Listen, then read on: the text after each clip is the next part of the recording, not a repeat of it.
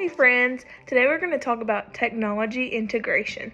Technology integration is the implementation of technology into schools or your workplace. This is done through implementing resources such as computers, softwares, apps, or other technological tools. In my school, we have iPads, Chromebooks, smart boards, and we even have robots that help students with their learning. Technology should be implemented for student creativity and growth, and the same in the workplace. Use it for employee creativity and employee growth. To ensure this, there are several do's and don'ts for technology. Let's get into those. Don't give someone technology and assume they know what to do with it. Do ask them what they know and help them when they need help. Technology integration is not giving everyone the same assignment. Instead, allow everyone to have creativity and differentiate it to meet their needs. Technology integration is not using technology every second of every single day, but it is using technology when it's appropriate and it has a purpose. There are 4 terms that come to mind when speaking of technology: technology integration, educational technology, instructional technology, and information and communications technology. So let's dive into the differences. Technology integration is the one we've talked about most.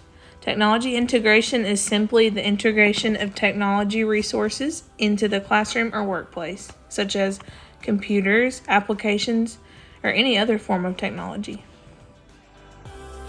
Now let's talk about educational technology versus technology integration.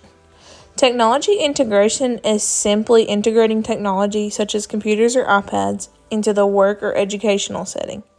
But educational technology is the correlation of the technology to education. So educational technology is the development and the application of technology based on research and principles.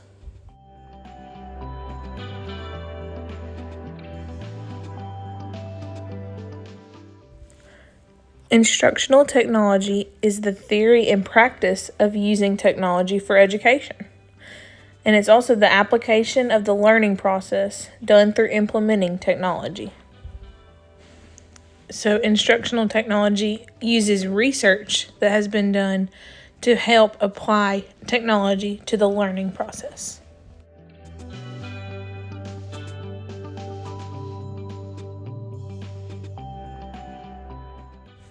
Information and communications technology, also known as ICT, focuses on how people interact through technology.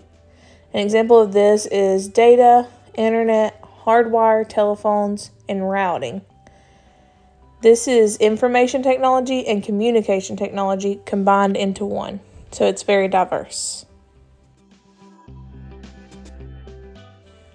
Of all 4 of these definitions, they all have one thing in common: technology. And most of them deal with how technology can be implemented into meeting learning goals. When researching the effectiveness of technology in kindergarten, I found very opposing views. Because of that, I decided to go. Now let's talk about technology in kindergarten. Technology in kindergarten can be very beneficial if it's used correctly. In my school district, technology is definitely on the rise, and we have iPads all the way down to kindergarten, and we have many apps that are beneficial for our students. If you're using technology, of course it should be engaging. If the students aren't engaged, then they're not going to learn anything. Students need to learn the technology basics before using it. So for me, at the beginning of every school year, I like to do a basics class with the kids, and we just learn how to turn our iPads on, how to take care of them properly, and things like that. You should never leave students unattended on iPads. A lot of them have iPads at home, so they know how to get off of what they're supposed to be on and get on something else. They're very smart. And lastly, you should make sure the learning goals can be measured. If you just hand a kid an iPad and don't ever check what they're doing or looking at data, then you're never going to know if the learning goal has been met. So for me, I like to use apps that track data over time so I can see how effective it is. Or I also use QR codes where students will listen to books and then they will document things they've learned or write sentences on characters or main events.